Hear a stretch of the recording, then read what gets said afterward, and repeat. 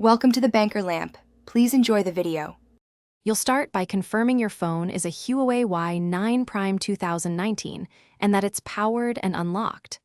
Once done, charge above 20% so settings won't be interrupted. Open Settings, then tap Connected Devices.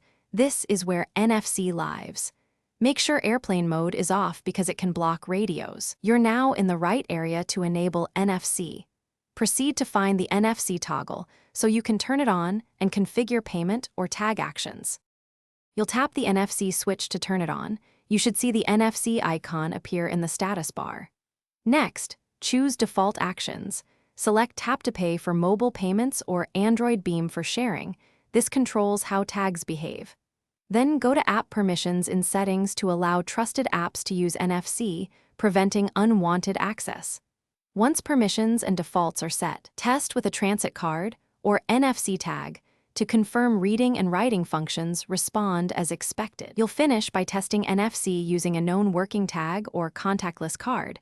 Place it near the top rear of the phone where the antenna sits. If it doesn't respond immediately, restart the phone. Restarting often restores the NFC toggle and services. If problems persist, clear system cache or reset network settings to refresh radio configurations.